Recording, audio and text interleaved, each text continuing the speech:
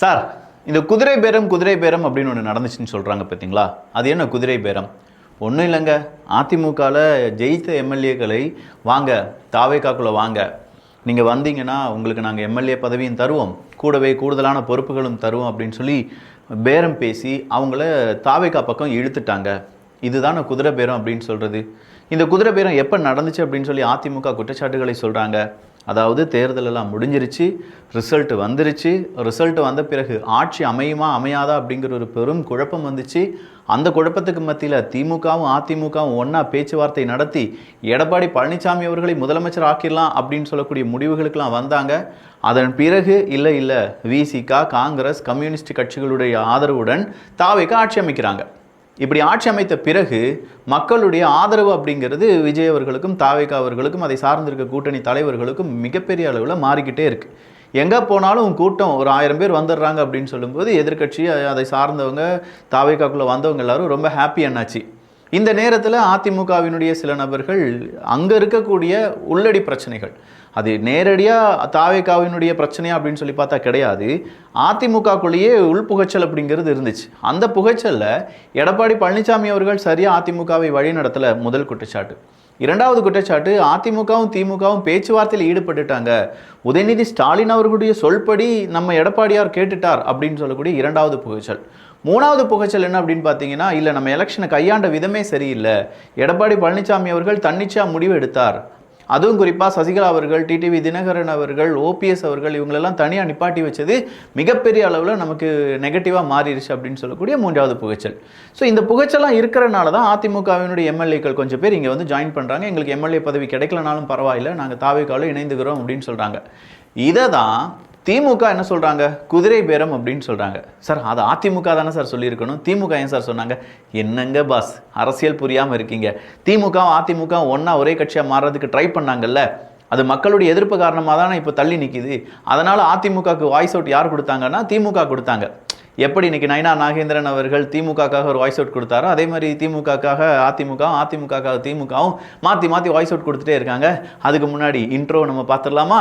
இது தமிழ் பொக்கிஷம் வழங்கும் ஆழமான அரசியல் சதுரங்கம்.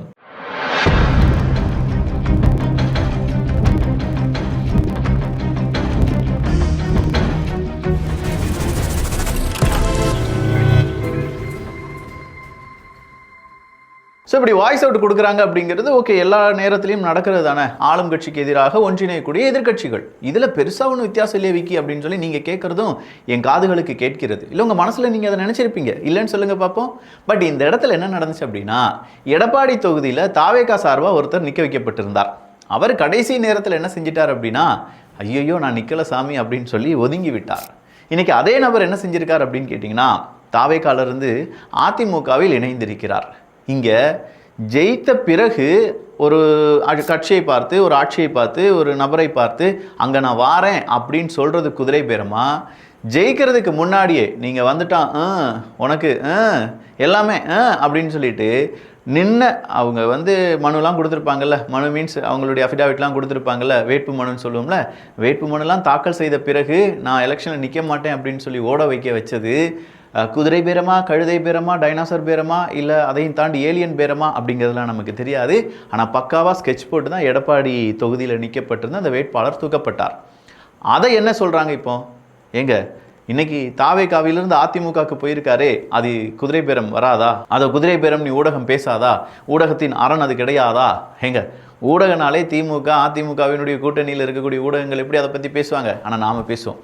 அது குதிரை பேரம்னா இதுவும் குதிரை பேரம் தான்.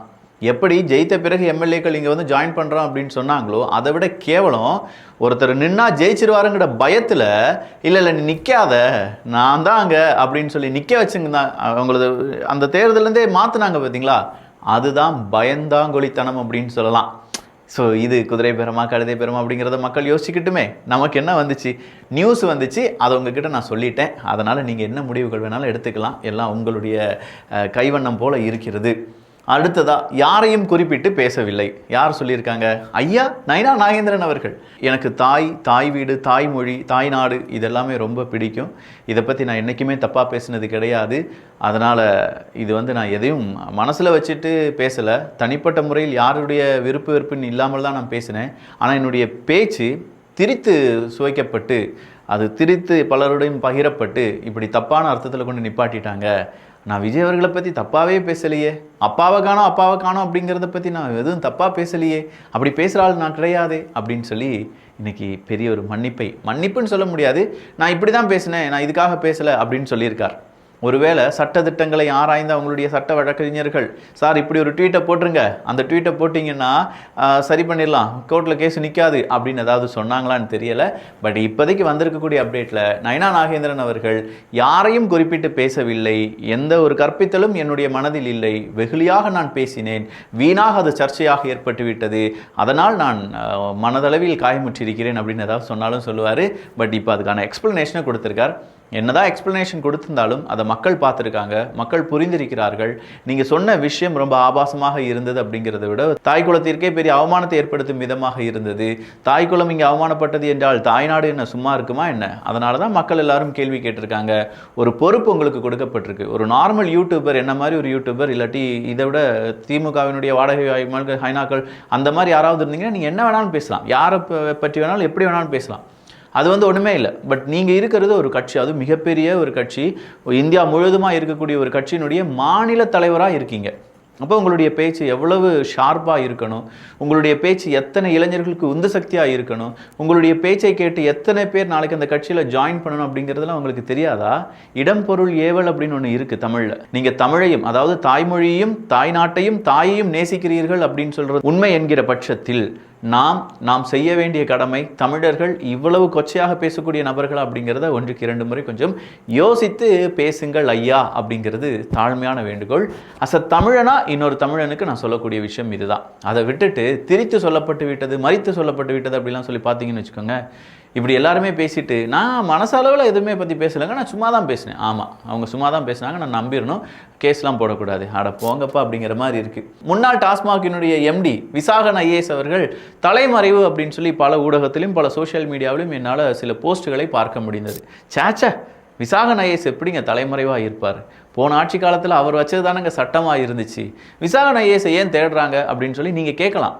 1000 கோடி ஊழல் நடந்துச்சுல்ல, அதை கண்டிப்பாக அப்பழுக்கற்றவர்கள் அப்படின்னு சொல்லக்கூடிய அரசியல்வாதிகள் மட்டும் தனியாக செஞ்சுருப்பாங்களா என்ன? வாய்ப்பே கிடையாது ராஜா. அதுக்கு பின்னாடி பெரும் மூளை ஒன்று செயல்பட்டுருக்கணும். அந்த மூளை கண்டிப்பாக சிவில் சர்வீஸ் படித்த ஒரு மூளையாக இருந்திருக்கணும். அது டாஸ்மார்க்கை மிகப்பெரிய அளவில் கண்காணிக்கக்கூடிய ஒரு மூளையாக இருந்திருக்கணும். யாருடா அந்த மூளை அப்படின்னு சொல்லி பார்த்தா ஐயா விசாகன் அவர்கள் நிற்பார். அப்படிப்பட்ட விசாகன் அவர்களை இப்போது 7 பேர் மொத்தமாக இந்த டாஸ்மார்க் 1000 கோடி அப்படின்னு சொல்கிறதுல 7 பேர் மேலே குற்றப்பத்திரிகை அப்படிங்கிறத கொடுத்துருக்காங்க. அதில் ஒரு நபர், முக்கியமான நபர் யார் அப்படின்னு பார்த்தீங்கன்னா அண்ணன் விசாகன் அவர்கள் தான். அதனால் விசாகன் அவர்கள் தலைமறைவு அப்படின்னு சொல்லி ஏகப்பட்ட மீடியாக்களில் போஸ்ட் நான் பார்த்தேன். உண்மையாக இருக்காது தான் மனசு சொல்லுது, ஆனால் உண்மையாக இருக்குமோ அப்படிங்கிற ஒரு கேள்வி இருந்ததுனால உங்கள் முன்னாடி கொண்டு போட்டுட்டேன் இப்போ அந்த செய்தியை. நீங்கள் அதனுடைய உண்மைத்தன்மை எனக்கு ஆராய்ந்து கீழே கருத்துக்கள் சொன்னீங்கன்னா நல்லா இருக்கும். எப்படி உங்களை கோர்த்து விட்றேன் பார்த்தீங்களா? வழக்கனா வந்துச்சுன்னா நான் மட்டும்தான் உட்காரணுமா? வாங்க நம்ம ஜோடியாக போகலாம். சப்ஸ்கிரைபர்னா சந்தோஷத்தில் மட்டும்தான், நான் துக்கத்திலேயே என்னுடைய சப்ஸ்கிரைபர் தான் நம்ம பகிர்ந்து கொள்ளலாம். சரியா? ரைட் இல்லையா? இன்னும் 2 ஃபியூஸை போடுங்க. காரணம் என்னவென்று கேட்டால், இந்த சமுதாயத்துக்கும் இந்த நாட்டுக்கும் தளபதி செஞ்சதை போல 8000 ரூபாய் வாங்கி மாற்றி போடுதுங்க. உருக்கூடாது. எவன் கொடுத்தான்? இது வரலாம் யார் கொடுத்தா? எங்களுக்கு ஒன்றும் கஷ்டம் கிடையாது, நாங்கள் ஒன்றும் செத்து போகிறது கிடையாது. பல முறை ஆட்சியில் இல்லாமல் பழக்கப்பட்டவர்கள் நாங்கள் இந்த கட்சியில். சரி, RS பாரதி அவர்கள் எல்லாத்தையுமே பேசி திமுகவுக்கு டேமேஜ் பண்ணுறாரா, திமுகவை வளர்த்து விடுகிறாரா அப்படிங்கிறது தெரியலை. அவர் சொல்கிறார், கொளத்தூர் பகுதியில் கிட்டத்தட்ட 8000 ரூபாய் கொடுத்தோம், 8000 கொடுத்தும் எங்களுக்கு ஓட்டு போடலைன்னா வேறு யார் உங்களுக்கு காசு கொடுத்தா அப்படின்னு சொல்லி கேட்குறார். 8000 ரூபா கொடுத்தீங்களா சார்? 5000 ரூபா அப்படின்னு சொல்லி பார்த்தாலும் மறுபடியும் 1000, 2000, 3000, 8000 எங்கேயோ கணக்கு அடிக்குது, ஒரு ஓட்டுக்கு காசு கொடுத்ததியா இல்லாட்டி கோடை வருகிறது, எல்லாரும் உஷ்ணத்தால் கஷ்டப்பட்டுட்டு இருப்பீங்க, அதுக்கு ஒரு 5000 ரூபாய், அடுத்த ஒரு 3 மாதத்துக்கு 1000 ரூபாய், 1000 ரூபாய் ஆக 8000 ரூபாய் அப்படின்னு சொன்னதுனால 8000 ரூபாயா, இல்லை ஓட்டுக்கு 8000 ரூபா ஆக ஒரு குடும்பத்துக்கு 16000 ரூபா, 24000, 30000 ரூபா, 36000 ரூபா அப்படின்னு சொல்லி ஏதாவது ஒரு கணக்கில் போட்டு கொடுத்தாங்களா அப்படிங்கிறது தெரியலை. RS பாரதி அவர்கள் தான், அவர் தான் யா எல்லாத்தையும் உண்மையாக பேசுகிறார், நேரடியாக பேசுகிறார், எதையுமே மறைக்க மாட்டேக்கார் மனுஷன். நாங்கள் இப்படித்தான், அவங்க அப்படித்தான் அப்படின்னு சொல்லிட்டு போயிட்டே இருப்பார். வேணா நீ என்னை பாரு, வேணா என் கட்சியில் இரு, இல்லாட்டி போயிட்டே இரு அப்படிங்கிற மாதிரி தான் அவருடைய ஆட்டிடியூட் இருக்குது. ஓவராலாக RS பாரதி அவர்களால் திமுக வளர்ந்ததை விட ஒருவேளை திமுகவுக்கு கெட்ட பெயர்கள் அதிகமாக ஏற்பட்டு வருகிறதோ அப்படிங்கிற ஐயம் எனக்குள் இருக்கிறது. சம்பவம் செய்கிறாங்க காங்கிரஸ். இன்றைக்கி ஒரு சம்பவம் செஞ்சாங்க, வந்தே மாதரம் ஃபுல்லாக பாடுறதை வந்து நாங்கள் எங்களுக்கு வேணாம் அப்படின்னு சொல்கிற மாதிரி சோனியா காந்தி அவர்களுடைய ஃபேஸ் ரியாக்ஷன்லாம் இருந்துச்சு. அது தமிழ்நாடு பொலிட்டிக்ஸ்குள்ளே வரல, அப்படி இல்லைனா வந்து கிழிச்சிருக்கலாம். அந்த அளவுக்கு உங்களால் நிற்க முடியலன்னா நீங்களாம் தலைவரே கிடையாது. அவங்க எல்லாரும் பேசுகிறான், வந்தே மாதரம் ஓடிட்டு பாடிட்டு இருக்காங்க, அங்கே இருக்கக்கூடிய தலைவன்கள் அப்படின்னு சொல்லக்கூடிய எல்லாருமே பேசிகிட்டு இருக்காங்க. இதுதான் இந்திய நாட்டுக்கு கொடுக்கக்கூடிய மரியாதை அப்படின்னு சொல்லி கேட்கணும்னு தோணுச்சு. பட் ஓகே, அது இந்தியாவினுடைய அரசியலில் வர்றதுனால நம்ம அரசியல் சதுரங்கத்தில் பேச வேண்டாம். ஆனால் காங்கிரஸிலிருந்து மாணிக்கம் தாக்கூர் அவர்கள் என்ன சொல்லியிருக்காங்கன்னா, 2 கட்சிகள் நம்ம தமிழ்நாட்டை சீர்கெடுத்துட்டாங்க, சீரழிச்சிட்டாங்க. அதை சரி பண்ணுறதுக்கு, அதுவும் சட்ட ஒழுங்கலை சரி பண்ணுறதுக்கு இன்னும் கொஞ்சம் நாட்கள் ஆகும், அதனால் கொஞ்சம் நம்ம பொறுமையாக இருக்கணும் அப்படின்னு சொல்லி மாணிக்கம் தாக்கூர் அவர்கள் சொல்லியிருப்பது, ஐயா இத்தனை நாள் திமுகவும் காங்கிரஸும் கூட்டணியில் இருந்தீங்களேயா, உங்களால் தான் இதெல்லாம் சீர்கெட்டு இருக்குது அப்படின்னு சொல்லி நம்ம திமுக பார்த்தும் கேட்கலாம், காங்கிரஸை பார்த்தும் கேட்கலாம். ஏன்னா 2 பேருக்குமே அதற்கு சரியான அந்த அங்கீகாரம் அப்படிங்கிறது இருக்குது. இவங்களால தான் நம்ம தமிழ்நாடு குட்டிச்சுவர் ஆயிருக்கு அப்படிங்கிற அங்கீகாரத்தை 2 கட்சிகளுக்கு நம்ம கொடுப்பதில் பெருமை அடைகிறோம் அப்படின்னு சொல்கிறதுல மாற்றுக்கருத்தே கிடையாது. ஆளூர் சானவாஸ் அவர்கள், சார் எப்படி சார் அப்படின்னு சொல்லி நம்ம வன்னியரசு அவர்களிடம் கேட்கப்படுகிறது. நான் வந்து மந்திரி, நீ எந்திரி வந்து வேலையை பாருன்னு சொன்னால் நான் வேலைக்கு போயிடுவேன். எம்எல்ஏ ஆகணும், எம்பி ஆகணும்லாம் எங்களுக்கு கனவுலாம் கிடையாதுங்க. நாங்கள் மக்களுக்காக உதவி செய்ய வந்திருக்கோம். ஆனால் கொஞ்சம் பேர் காசுக்காகவும் ஆஸ்திக்காகவும், கொஞ்சம் பேர் அரசியல் லாபத்துக்காகவும், கொஞ்சம் பேர் இந்த மாதிரி பதவிக்காகவும் ஆசைப்பட்டு இல்லாதது போலாதெல்லாம் பேசிகிட்டு இருக்காங்க அப்படின்னு சொல்லி ஆளூர் சானவாஸ் அவர்களை அம்புட்டு அப்படி ஒரு அட்டாக் அப்படின்னு சொல்லி வன்னியரசு அவர்கள் அட்டாக் பண்ணியிருக்காரு. இந்த அட்டாக் எப்படி நீங்கள் பார்க்குறீங்க அப்படின்னு சொல்லி உங்களுடைய கருத்துக்கள் இங்கே வரவேற்கப்படுகின்றன. ஏன்னா பொதுவாக இப்போ ஆளூர் சானவாஸ் அவர்கள் விசிகா காரர் மாதிரி பேசல, திமுக காரர் மாதிரி தான் பேசிகிட்டு இருக்காங்க. அதனால தான் இன்றைக்கி திமுகவில் இருக்கக்கூடிய நபர்களை, ஆளூர் சானவாஸ் அவர்களை, எங்கள் அண்ணன் வருக, நீங்கள் பேசினால் இங்கே பூமி அப்படியே டகடகடகன் சினிமா டான்ஸ் ஆடுற மாதிரி ஆடும், நீங்கள் பேசினா எதிர்கட்சிகள் உருண்டு ஓடிடுவாங்க அப்படிலாம் சொல்லி ஆளூர் சானவாஸ் அவர்களுக்கு ரொம்ப பெரிய அளவில் எலிவேஷன் கொடுத்துட்ருக்காங்க. பட் அவருக்கு என்ன தகுதி இருக்குது அப்படிங்கிறத விசிகாவினுடைய வன்னியரசு அவர்கள் இன்னைக்கு கரெக்டாக ப்ரூவ் பண்ணிட்டார் என்பதும் குறிப்பிடத்தக்கது. ஸோ எப்படி இருந்துச்சு நம்ம அரசியல் சதுரங்கம்? நல்லா இருந்துச்சா?